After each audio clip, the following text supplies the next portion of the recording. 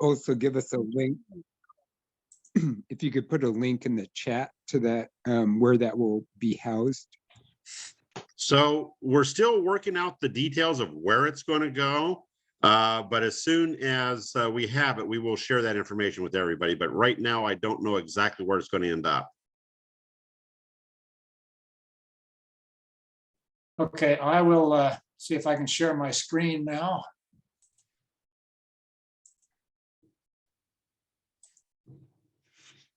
And get it on slideshow.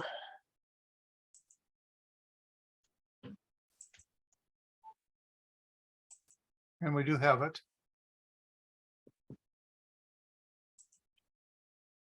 Why am I not seeing the slideshow here? I'm seeing Oh, it. there we go. Yep, there we go. Got it. Okay, everybody seeing that? Got it. Okay, yeah, my name is Jim McCabe. I live in Bellingham, Washington. This is the first part of the technician class for everybody. What I'm going to do is, and again, Steve has sent out the complete question pool. We'll go through the first part of it, and also another attachment or another chart, which I think is useful. The technician class covers 35 questions. This particular part is on the FCC, the Federal Communication Commission rules. Think of it like getting your driver's license. To get your driver's license, you've got to know the rules of the road. To get your ham license, you've got to know the FCC Commission's rules for amateur radio. It's the same thing, and I'll make a number of references to analogs between driving, getting licensed to drive, and getting your ham radio license. Again, this element has 6 sections. We'll go through them all. Some of them are pretty obvious, but at least so you'll have seen every question and the answer. You've got the questions already if you downloaded that bit, and but at least you'll see them all. There are some recommendations. If you have the syllabus or are able to get the syllabus, that also has all the answers in it, plus a little more educational material. Given that these are just rules, there's not a lot of education. As I say, like getting your driver's license, you just have to sort of learn the rules.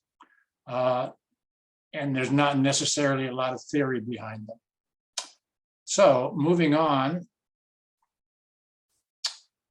In this particular section, it's divided into 6 sections. This section is the overall purpose from the FCC standpoint for amateur radio. Why is there amateur radio? A little about the getting a grant for a license. Some of the definitions. Since this is on the FCC rules, we need to know the FCC definitions, which may not be the same as definitions in other ways. The other thing to point out in a couple of questions here is that the FCC doesn't manage everything, and so there is an amateur element in volunteers working on some of the radio aspects. So the FCC is governed by the rules are governed by what we call the FCC Part 97. And this is a summary, a sort of paraphrase summary of the basis and purpose of amateur radio. And it's useful to read through this because a lot of this will come up in helping you sort out questions in the exam question, or the proper answer in the exam questions. To recognize the value to the public of a voluntary, non-commercial, remember non-commercial, communication service, particularly regarding emergency communications. I got my ham license because I was interested in emergency communications. Contribute to the advancement of the radio art. A lot of improvements in technology have come from amateurs. Encourage the amateur service through rules which provide for advancing skills. In other words, to encourage that. Expand the reservoir of trained radio operators. Think about emergency communications, having trained radio operators available in an emergency, and to extend amateurs' unique ability to enhance international goodwill. You've probably heard about amateur radio operators talking to people all around the world, and that's a very collegial sort of a group. And as I say, it really emphasizes the goodwill. Okay, let's take a look at some of the questions, or all of the questions in this section. Okay, what did we just look at? If you look at the wording in this, what is the part of the basis and purpose for amateur radio service? Well, the one that we can zoom in on here, advancing skills. We just read that, advancing skills in the technical and communication phases of the art. I didn't have that on the previous slide, but that's part of the complete basis and purpose. This is an easy one. We already know it's the FCC, and none of the other ones are going to fit here. This is one that if you're looking at the syllabus doesn't have the correct answer. The FCC, what do the FCC rules say regarding the use of a phonetic alphabet for station identification in the amateur radio service? It's encouraged, it's not required. And what is the phonetic alphabet? Amateur radio uses the International Phonetic Alphabet, Alpha, Bravo, Charlie, Delta, etc. There are other phonetic alphabets. There's a police phonetic alphabet that you may hear on TV crime shows, which is different. So in amateur radio, you really want to use this phonetic alphabet because people can get confused. You say, well, why do we need a phonetic alphabet? Well, if somebody says their call sign is K7 CBD, you say, what exactly was that? I didn't quite catch that. If you say Charlie Bravo Delta, it's a lot easier to understand who the other person is. Okay, how many operator primary station license grant may be held by any one person? One. In other words, you can't have multiple licenses. What proves that the FCC has issued a primary or operator license grant? The way you find out that you've passed, if you take an exam, pass the test, you're still not able to operate your radio in the amateur radio bands until your license appears in the FCC database. This will show up in another question too. You're not going to get you. I don't think they even give you anything in the mail anymore. It used to be you'd get your license in the mail. Okay, these are a couple of FCC specific definitions. What is a beacon? What is the definition of a beacon? Well, just think about aircraft beacons, a flashing light, that sort of thing. It's similar with amateur radio. In this particular case, going back to the wording for amateur, the only one of these that specifically talks about an amateur station is the last one, an amateur radio station transmitting communications for the purposes of observing propagation or related experimental activities. A lot of hams will leave a radio on a particular frequency and it'll give a sort of a response if you are trying to test your equipment. That says, yes, you've reached the a radio on this frequency and your equipment's working, that sort of thing. Again, a specific FCC definition, space station, any satellite orbiting Earth, yeah, that's a space station. But again, remember, we're talking about amateur radio.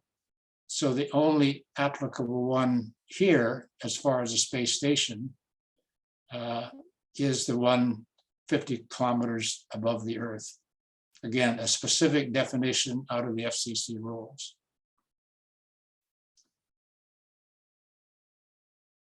Another definition, what is the Radio Amateur Civil Emergency Service, RACES, we call it. Again, the thing here is to think about the words that are in the title, amateur civil service. And all of these have an amateur and civil service in them. And if you read through them, they all look like, yeah,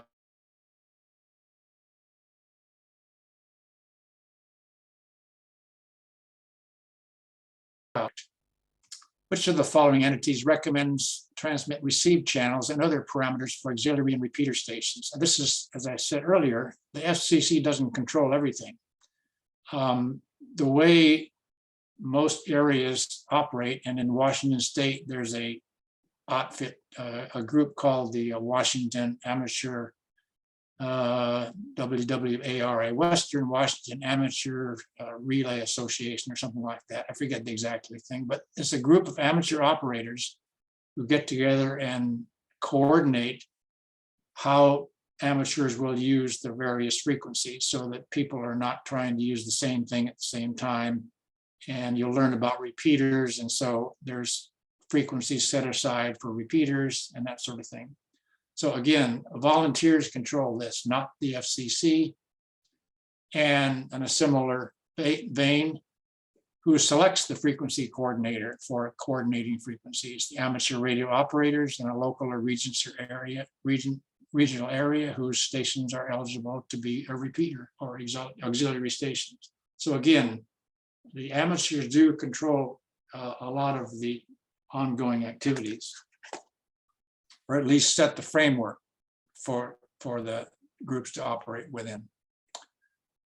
This is one that should be easy. As soon as you read something like, when is willful interference permitted, you should pretty much know that at no time. So those are the first 11. You'll see one of those questions on the exam, and you should know what the right answer is by now, at least when you go through. And then one of the things that it'll come up again is the best way to review is to get to one of the online sites where you can take practice exams.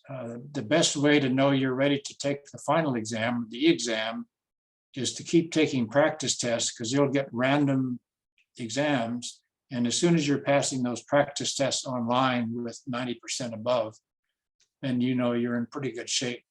You're unlikely you're going to fail the exam, because you only need 75% to pass 26 out of 35 questions. Okay, let's look at frequency allocations. This is one where this chart that hopefully you have in front of it, I'll show you in just a minute here, is the frequency allocations. The FCC does set out specific frequencies in which the amateur radio can operate. Some of those are shared. It also specifies the power that particularly technician class licenses, the first license you would get, can operate on. And there's a specific question on the space station. Amateur radio operators can communicate with the International Space Station. This is a good chart to study. If you look at this is a chart that's, and Steve sent out a link to this, is all of the frequency allocations for amateur radio. The ones that you're going to be concerned about in taking a technician exam are all the ones on the right-hand side, at least the top 5 or 6. One thing to note is there's a lot of spectrums even beyond the ones shown here. The fine print down at the bottom, one of the things is 5,000, about 5,800 megahertz, which is 5G. You've heard about 5G for cell service now. That's the latest thing, 5G. Amateur radio has a part of that 5G band as well. There aren't any questions in the exam, but if you can see my pointer here, 10 meters, there's a question about 10 meters. Notice there's a little yellow band. Yellow band is phone voice communication. It's a question about 6 meters. Note where the end of the 6 meter, where 6 meters start, 50 megahertz. There's a question on 2 meters. These little squiggly lines here at the tail end, at the start end, indicate CW or Morse code only. There's a question on 1.25 meters. See this orange bit here, specific wording here, fixed digital message forwarding systems only. I think there's there may be one on the 70 centimeters as well. Anyway, there's a lot of information here. The other thing that this tells you is which bands your license allows you to operate in. You'll be getting a technician license when you pass your exam, and that's the T. Any band that has a T on it says as a technician you can operate in that band. The other magic number to know is 300. This is a conversion. If you want to know frequency, convert to a wavelength. Wavelength, convert to frequency. 300 divided by whatever you're converting. In the example here, if somebody says, I'm on the 2 meter band, and you wonder, well, what's the frequency? 300 divided by 2 is 150. And the actual bands for for amateur radio are 144 to 148. So let's put some of these into practice. This is an example of one that you really just need to remember. You've got the right answer. We saw that band. Okay, first you can say, okay, 300 divided by 28, that's roughly 300 divided by 30. That's 10. Okay, this is 10 meters. So you know where you are if you need to look at that. But also remember, I pointed out that little yellow square. That's the 28.3 to 28.5. Another example, 300 divided by 6, 50. Okay, gee, there's two choices here. We could be either 49 or 52.525. But if you remember the chart, I told you that 6 meters started at 50 megahertz. So it can't be 49 because that's outside of the allowed range. So it's 52. Okay, another example. 300. What's the amateur band includes? 146.52. 300 divided by 146.52 is about 2 meters. I still use 300 every time, a lot of times. It's very helpful if you're into a frequency you're not familiar with, and somebody talks about a wavelength and you're thinking frequencies. That's the easy way to figure out where you are. Okay, remember the little fine print I pointed out when we looked at the 1.25 meter band on the chart, 219 to 220. The little fine print for that section said fixed digital message forwarding system only. So again, all this information, these answers come right out of that chart. If you look at the little T's, G's, and E's, the only one of these that has a T on it is the 10 meter band. And we already had another question on the 10 meters. That first question in this section was the 10 meter question. Again, remember I pointed out the little squiggly lines on the chart for the 50 megahertz and 144 megahertz bands, the 6 meters and 10 meter and 2 meter bands. Again, that tells you which of the following UHF, VHF band segments are limited to CW Morse code only. Again, right off the chart. And some bands are shared.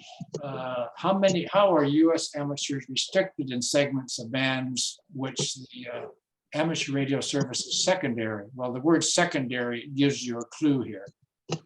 So if you're secondary, then that means somebody else has priority. And so US amateurs may find non-amateur stations in those segments and must avoid interfering with them. In other words, non-amateur or commercial stations will have priority in those shared segments. What should you do? Why should you not set your transmit frequency to be exactly at the edge of an amateur band or subband?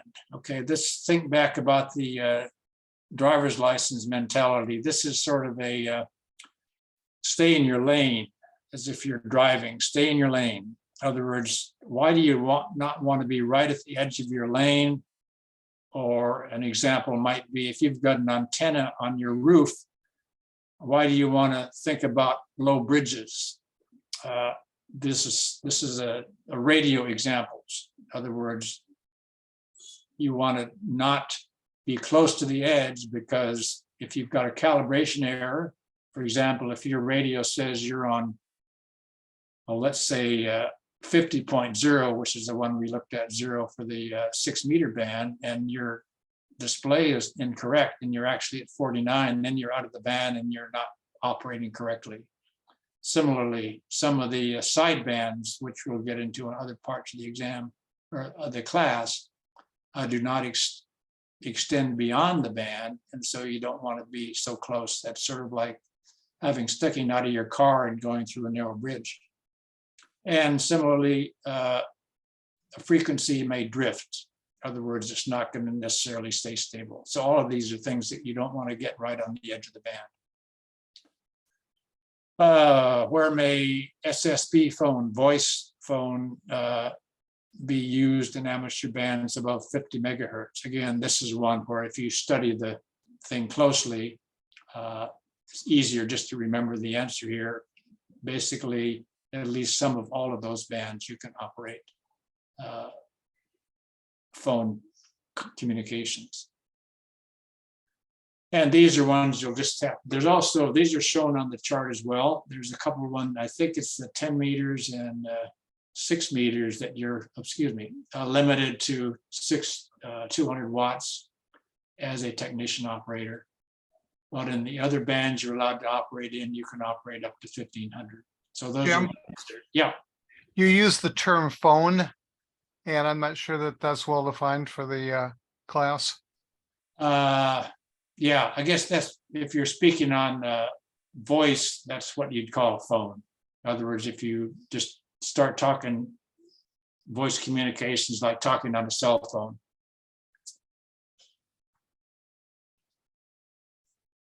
And so these are just two to remember. And then we did mention that the International Space Station, one thing that a lot of people aren't aware of, any amateur, the day after you get your tech license and you know you're good, you can communicate with the International Space Station. So there's no restrictions on, you don't have to have a higher class license or anything. And there's a lot of interesting stuff you can do with the space station. Okay, so that's the second class, the second section. And moving on. Okay, call signs, registration requirements. One thing new on registration requirements is email address. The FCC didn't used to need an email address, they do now. And there's a couple questions that emphasize that. Renewal, a license is good for 10 years. You can renew it for as many 10-year sections as times as you live. If it expires, you have a 2-year grace period. And so we'll emphasize some of these in the questions. Okay, there are 3 license classes currently available, which are the 3. They're technician, general, and amateur extra. And again, on that frequency chart, T, G, and E is how those are explained or indicated. There used to be a novice and advanced, but those are no longer given. If you haven't advanced, novice is expired. If you haven't advanced, it's still valid. Okay, who can select a desired call sign under the vanity call sign rules? As with license plates, again, the driving analogy, you can get a vanity license plate and you can also get a vanity call sign. For example, this isn't named after me, but our call sign, one of our club call signs here is W7JIM. If that was available, I could get that call sign as a vanity call sign for me, being a Jim. And any licensed amateur can get a call sign. And you can get, we'll talk about this a little later, you can get a call sign for any region of the country. The country is divided up into 10 different regions. Which of the following is a valid technician class call sign? The call sign typical format is the first one. It's what we call a 2x3. For higher class license, you can have ones like the B or C, a 2x1 or a 1x2. Mine's a 2x2, AE7UQ.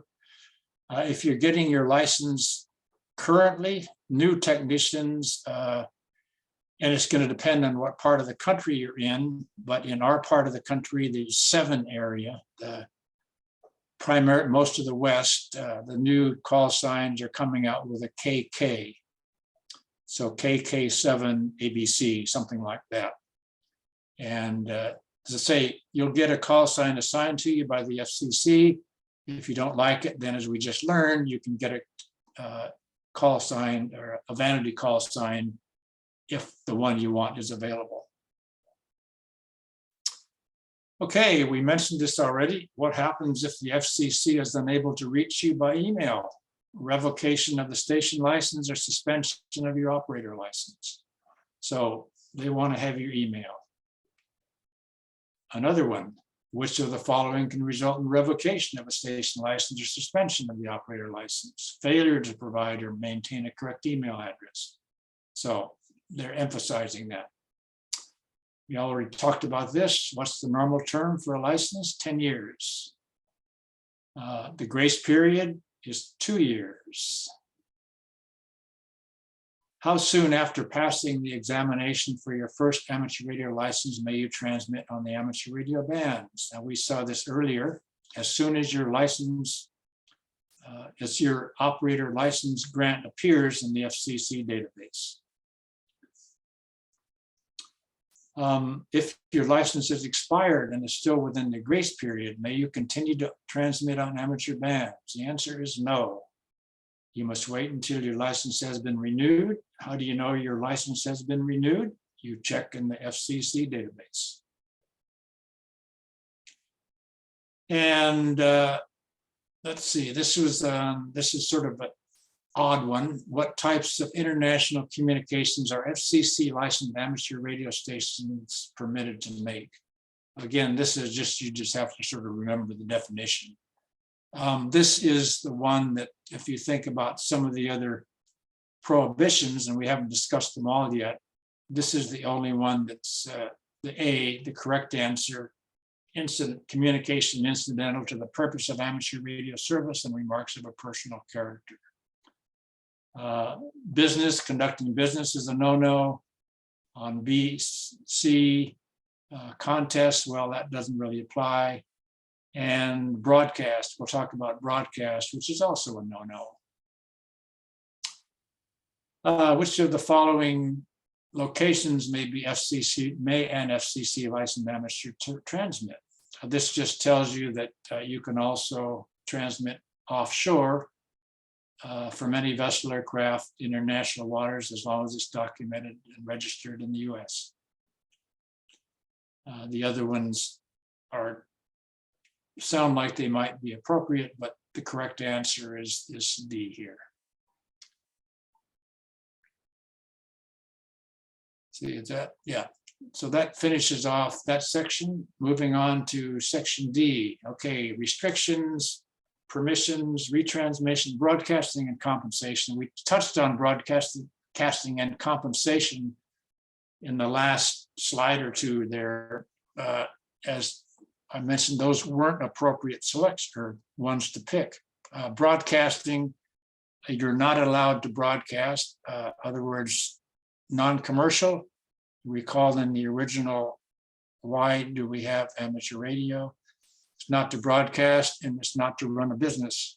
Those are two no-nos as far as amateur radio. We'll talk about some of the other restrictions and permissions as we go through these questions. Okay, with which countries are FCC licensed amateur radio stations prohibited from exchanging communications? Again, this is one you'll sort of need to know. I think the key here is the ITU is the body to remember. Any country whose administration has notified the International Telecommunications Union that it objects to such communications. Now, you recall, if you followed in the news, when the Russians invaded the Ukraine essentially suspended all amateur radio traffic. And so this would be an example where I don't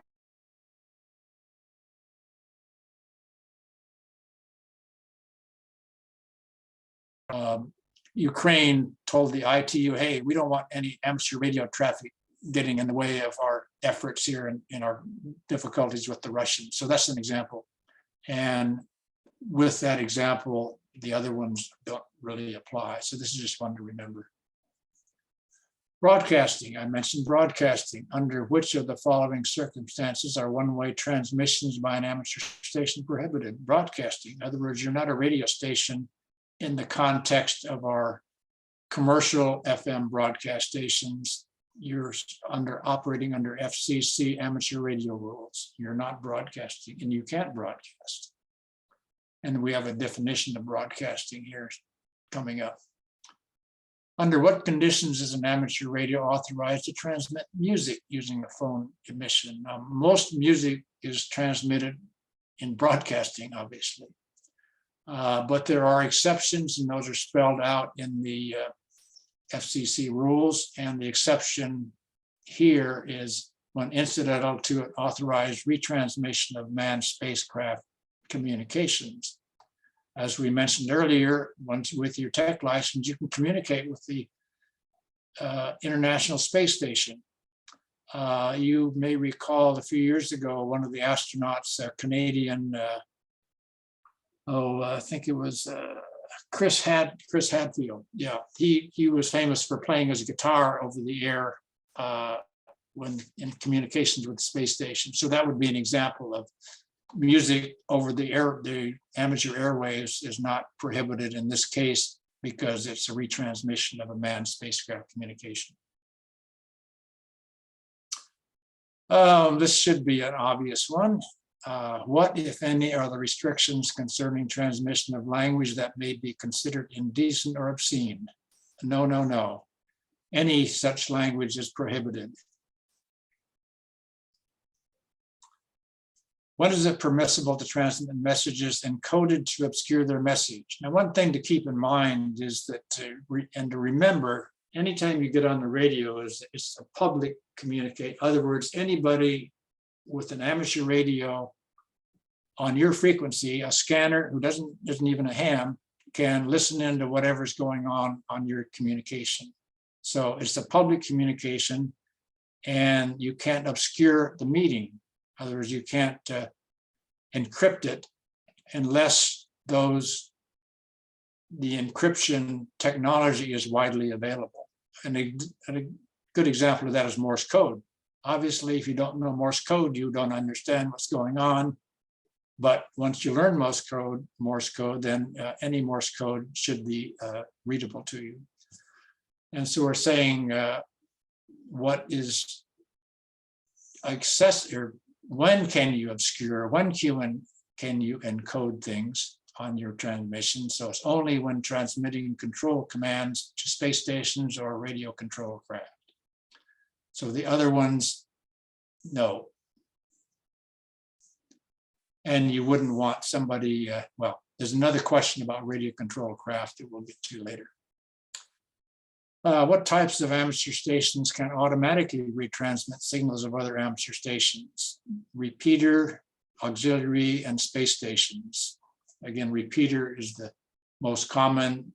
The space station, particularly the International Space Station, has what they call uplink and downlink frequencies. And so it operates as a repeater. You send a message to the space station on one frequency, and you receive your transmission from the space station on another frequency, which is the way a radio repeater works. And once you get into the other parts of studying for the exam, there's a lot more questions on repeaters. Basically, it just takes your message and sends it on. Okay, how does the FCC define broadcasting for the amateur radio service? Again, we talked about broadcasting below. Transmission is intended for reception by the general public. In other words, you're not a radio station in that sense of the word. You're specifically operating under the FCC rules for the amateur radio service. But there are some exceptions. Again, this is the overriding exception. When may amateur stations transmit information in support of broadcasting, program production, news gathering, etc., assuming no, again, this is the critical part, assuming no other means are available or is available. When such communications are directly related to the immediate safety of human life or protection of property. So again, that's the overriding rule. That there's a lot of rules that essentially, if there's no other means available and amateur radio is the only way, then use it. When may an amateur radio station transmit without identifying on the air? Okay, this gets back to the radio control. In other words, you don't need to identify yourself because basically it's just a data signal to your radio controlled model. So none of the other ones really apply here. When may amateur radio operators use their stations to notify other amateurs of the availability of equipment for sale or trade? Again, this is an exception to the business. You can't do business over amateur radio, but you can, for example, get on the net or on the radio and say, hey, anybody out there, I've got some used equipment I'd like to sell, get in touch with me at this phone number or something like that. So when selling amateur radio equipment and not on a regular basis, but you're not open for shop as a retailer doing business as on your amateur radio.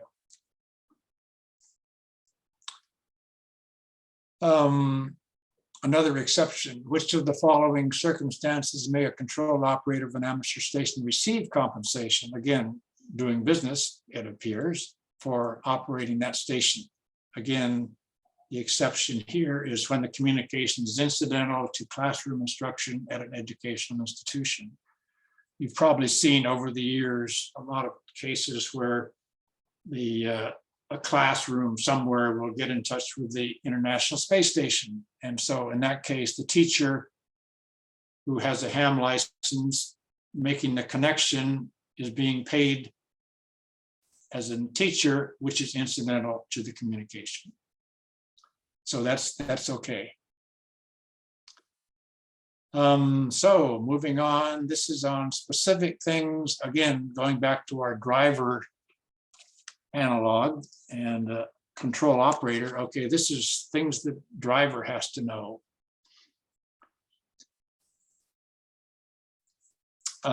When may an amateur station transmit without a control operator? Never. That's sort of like saying from the automobile or the driver standpoint, when is it okay to drive your car without a license?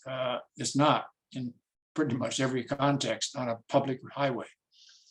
So it's same concept here. You've got to have your a control operator to operate the station.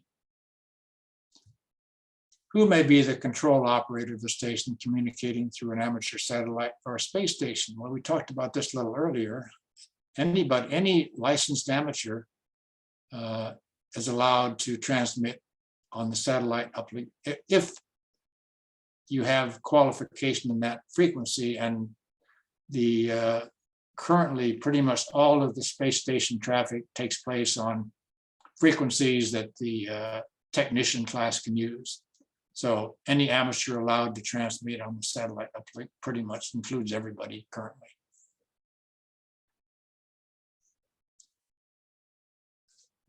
Who must designate the station control operator? The station licensee. In other words, you're getting a license.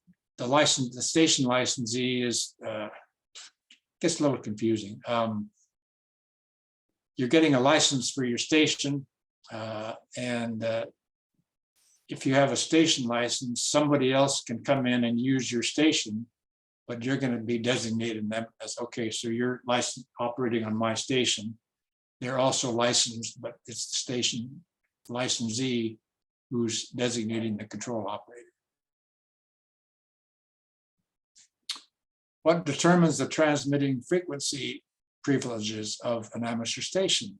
Okay, we know that from looking at our frequency chart that we've seen a couple times before. The class of operator held by the control operator.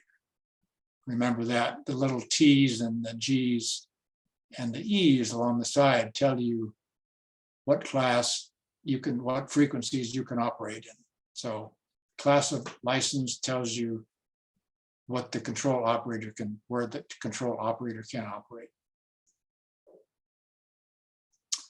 What is the amateur station's control point?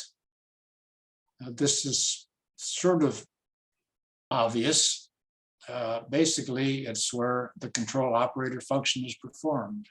In other words, a mailing address doesn't make a lot of sense. It's not the transmitting, it's not where the transmitter is, it's not where the antenna is, it's where the operator is.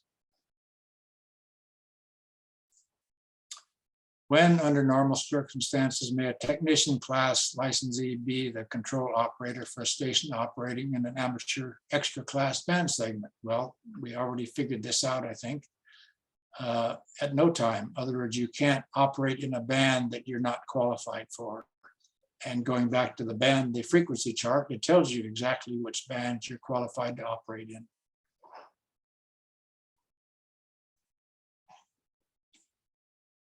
When the control operator is not station licensee, who's responsible for the proper operation of the station?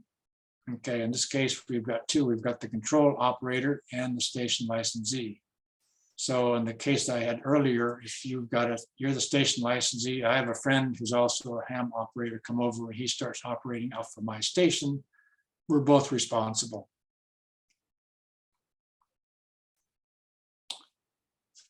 What's an example of automatic control?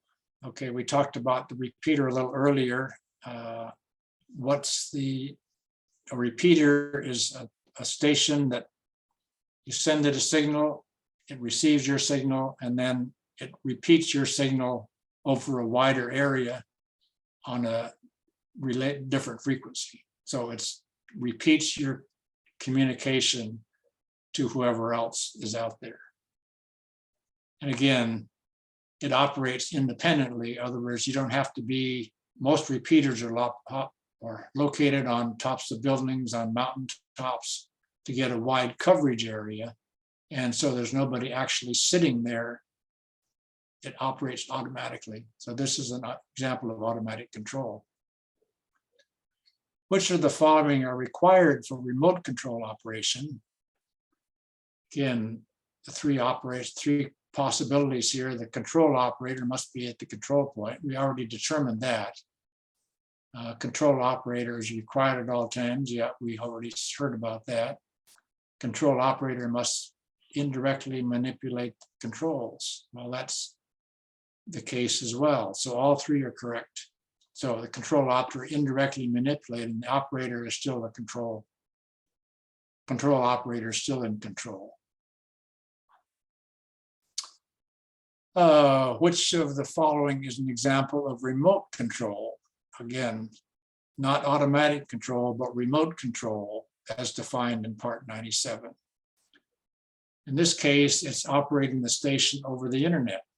Our club has several stations that we can operate remotely. In other words, we have a radio in the search and rescue building that we operate, and I can get into my computer at home, log in through the internet to that station, turn the radio on, operate the station, turn the radio off, and then log back off again. So that's operating the station over the internet, which is the correct answer. Who does the FCC presume to be a control operator of an amateur station unless documentation to the contrary is in the station records? Again, the licensee.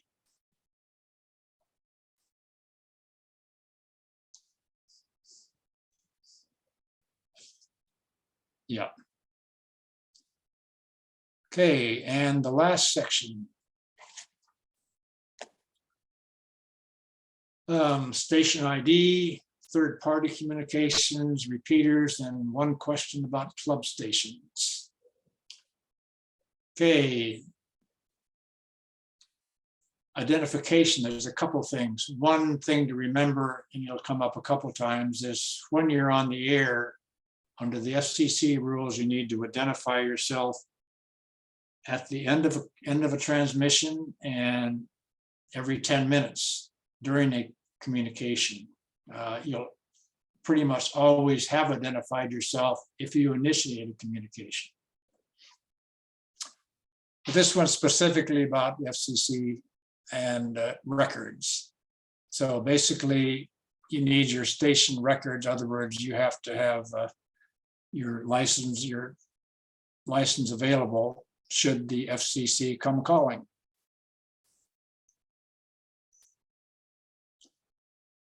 Again, just talked about this. How often must you identify with your FCC assigned call sign when using tactical call signs such as race headquarters? As if you're in an event of some sort, there's a lot of hams that get involved in things like the Boston Marathon has amateur radio support or operators along the way. And so in that case, there might be a race headquarters, and race headquarters would be using that as their call sign, but you still need to give your personal call sign at the end of each communication and every 10 minutes. And not all countries are the same. I think in Canada, which is across the border, just across the border from us here in Bellingham, Washington, it's every half hour. Again, same question, pretty much. When are you required to transmit your assigned call sign? Every 10 minutes and at the end of a communication. English is the language for FCC and amateur radio.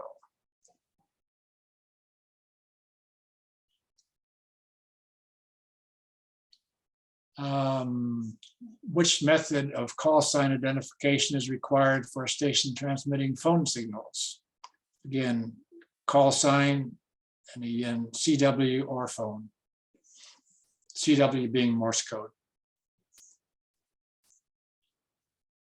Some of these other ones are things that indicator RPT, indicator R, those have no meaning in amateur radio. Okay, this is a little interesting. Which of the following sorry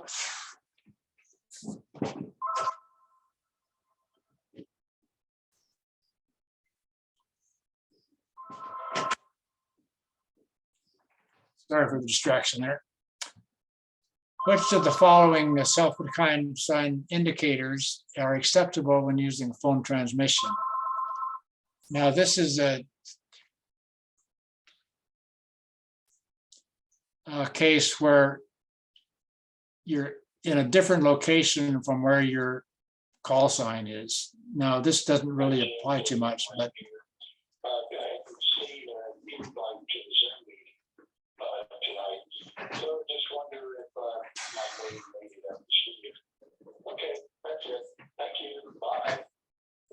sorry for that distraction there. All three of these are possible. It doesn't really apply in the US. So let me show you a map.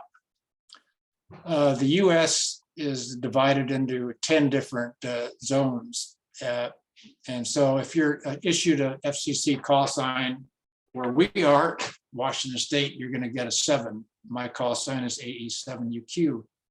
The example they gave there was a 3. So that was a call sign issued in Pennsylvania. I guess they were going to a /3. Typically what you would do, and again, it really only applies since I mentioned earlier that well, I didn't mention, but the call signs go with you in the US.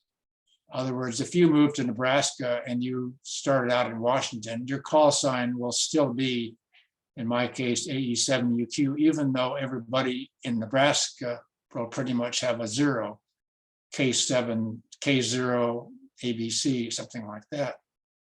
So if they were fixed, then you would need to, you could say, okay, I'm at 7 operating in a 0 area.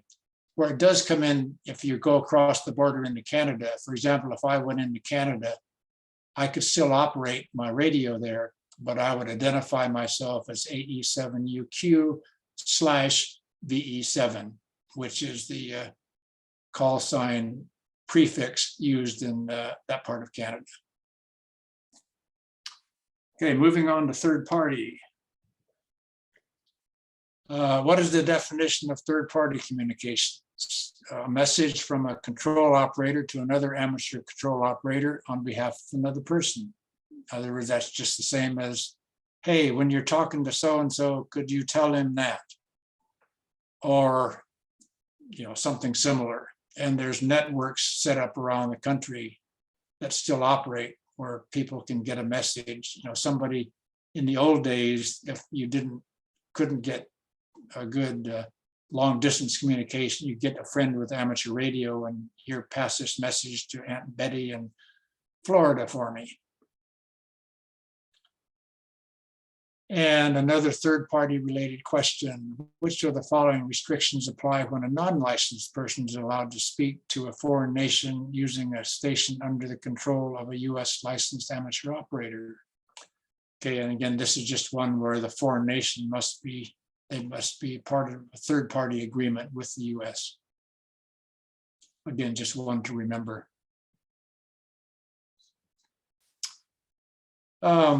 We've seen this one before. What type of amateur station simultaneously retransmit the signal or other amateur station on a different channel or channels?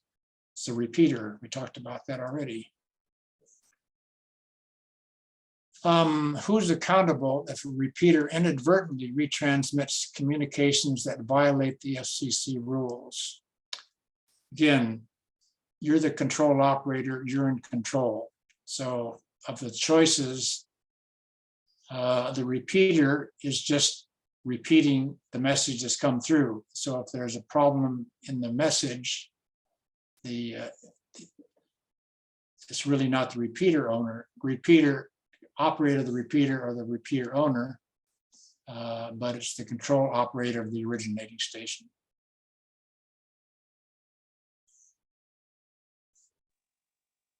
That sure seems. Yeah, no, I guess like that's it could right. be abused. I think that may be the wrong answer, actually. I'll double check that.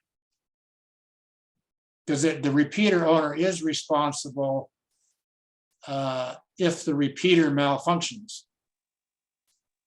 Jim, Yeah, the word owner only appears in the FCC regulations once.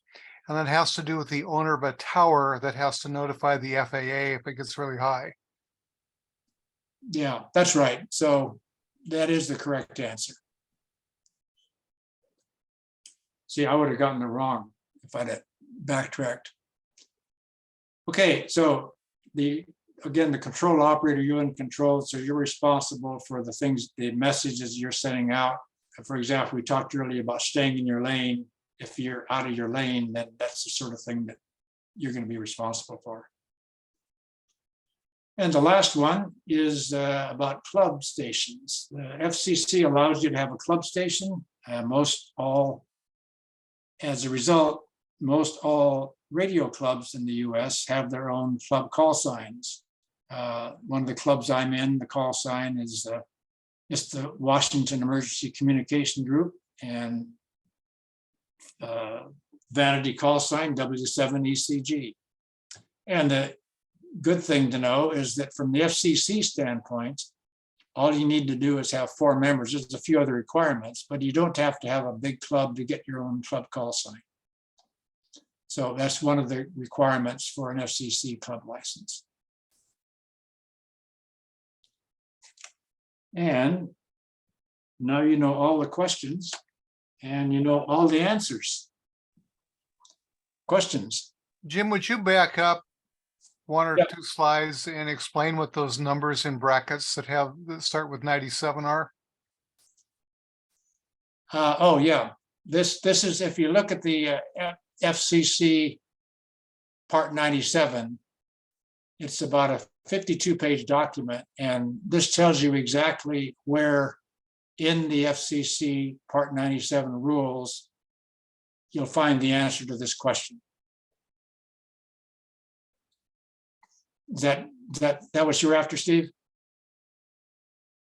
Yeah, exactly. I just don't think we explained that before. Yeah, no, you're right. You're right. So you can find, and again, that's where one of the ones earlier on, I think I mentioned where the syllabus answer was wrong. I looked it up and sure enough, phonetic alphabet is encouraged but not required.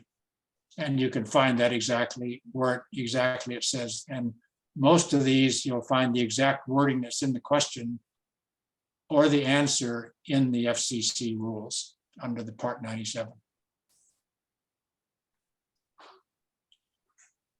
Any other questions? Again, this will all be on recorded. And again, you should have the questions already if you downloaded those. And so, as I say, the trick, or the good way, in addition to studying, if you've got the book, is taking practice tests. Because if you succeed, if you're doing very well on practice tests, you're going to pass the exam. That's virtually a guarantee. If you take enough practice tests, you will have seen every exam question that comes up. I think there's 400 and some odd total questions. And you'll see most of them in the course of this course.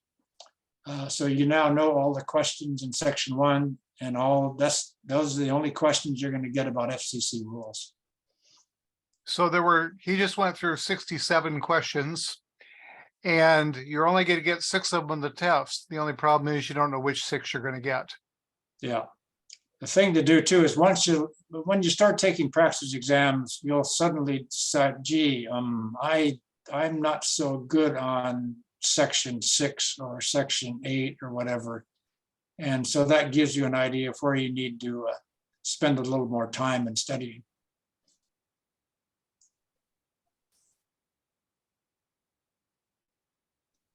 Any other questions?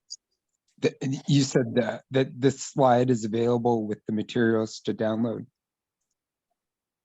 Yeah, Steve sent out I think a link to all the questions, and I'll get this in a PDF, this presentation in a PDF format to Steve within the next day. Okay, that'd be great. Yeah, sometimes there's, graphs or charts or things in that presentation that's always nice to go back to. Yeah, no, I'll get this out to Steve, and so he'll be able to get it out to the class within the next day or so. Well, actually, I ended up sending it to Ray and he's the one that publishes it. Oh, okay. Well, I'll send it to Ray then. Sounds good. Okay, well, thanks everybody, and I'm sure that you're all going to pass. Just as I say, practice, practice, practice. Out of the previous class that we had 3 of them have passed their test so far. And most recent one just got their license this morning. So very recent license. So next up is Ham Radio Basics. We're going to be talking about different emergency communications group, and John's going to be leading that. And I see a couple of students have left or dropped out. I see Ada McDaniel has joined, and there are everybody's welcome to stick around. I'm not going to say, hey, go ahead and leave. This might be interesting for you. It's not going to be as complex as next week's topic. So this is more of a how you use the ham radio to support emergency communications. So John, are you ready? If I unmute, I might be. There we go. Yeah, just a second here. I'm going to upload something into chat, a PDF of this slide deck into chat, so people will have that. I forgot to do that last time. As soon as I find the file here, there we go. So Ray, do you want to keep recording this on the same recording, or do you want to have a different recording for it? I've been doing the same recording, unless I get advice otherwise. Well, you'll probably want to split it out eventually, but if you want to do that later, that's fine too. Yeah, it's purely to delineate separate links for separate classes. Okay, yeah, I'll go ahead and stop the recording and restart.